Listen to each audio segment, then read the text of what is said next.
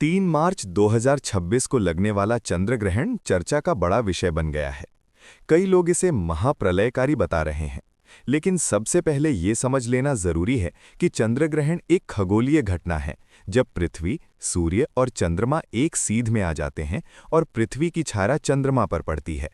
इसका वैज्ञानिक रूप से किसी व्यक्ति, गर्भवती महिला या बच्चों के स्वास्थ्य पर सीधा नकारात्मक प्रभाव साबित नहीं हुआ है।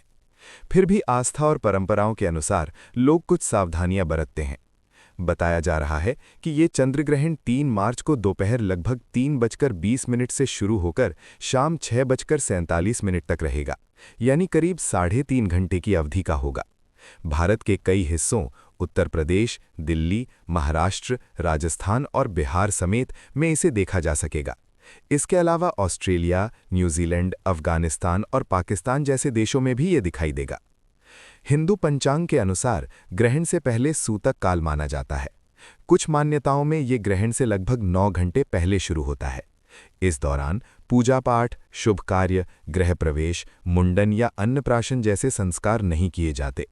कई मंदिरों में इस समय कपाट बंद कर दिए जाते हैं और ग्रहण समाप्ति के बाद शुद्धिकरण के साथ पुनः खोले जाते हैं।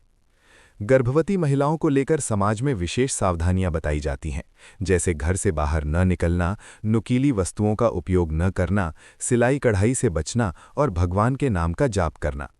हालांकि आधुनिक विज्ञान के अनुसार ग्रहण के समय घर के अंदर या बाहर रहने से गर्भ पर कोई सिद्ध हानि सिद्ध नहीं हुई है। फिर भी यदि परिवार की परंपरा का पालन करने से मन को शांति मिलती है, तो सकारात्मक सोच और संयम बनाए रखना सबसे महत्वपूर्ण है। ज्योतिष शास्त्र के अनुसार कुछ राशियों पर इस ग्रहण का प्रभाव बताया जा रहा है। मेष राशि के जातकों के लिए खर्चों में बढ़ोतरी और भागदौड़ की स्थिति बन सकती है। कर्क राशि वालों को आर्थिक मामलों में सतर्क रहने की सलाह दी जाती है। सिंह राशि के लिए स्वास्थ्य और पैतृक संपत्ति से जुड़े मामलों में सावधानी जरूरी मानी गई है। वृश्चिक राशि के लोगों को मानसिक तनाव से बचने और कर्ज लेने से दूरी रखने की सलाह दी जाती है। मीन राशि वालों के कार्य में थोड़ी रुकावट आ सकती है, इसलिए धैर्य और मेहनत जरूरी होगी। हालांकि ये सभी बातें ज्योतिषीय मान्यताओं पर आधारित हैं। जीवन में सफलता या कठिनाई केवल ग्रहण पर निर्भर नहीं करती, बल्कि हमारे कर्म, सोच और प्रयास अधिक महत्वपूर्ण होते हैं। ग्रहण के दौरान कई लोग ओम सोम सोमाय नमः या महामृत्युंजय मंत्र का जाप करते हैं। ये आस्था का विषय है और मन को शांत रखने में मदद करता है। सकारात्मक विचार रखना, घर में साफ सफाई रखना और ग्रहण के बाद स्नान करना परंपरा का हिस्सा माना जाता है। जहां तक होली का प्रश्न है, होलिका दहन और रंग वाली होली की तिथियां पंचांग के अनुसार तय होती हैं।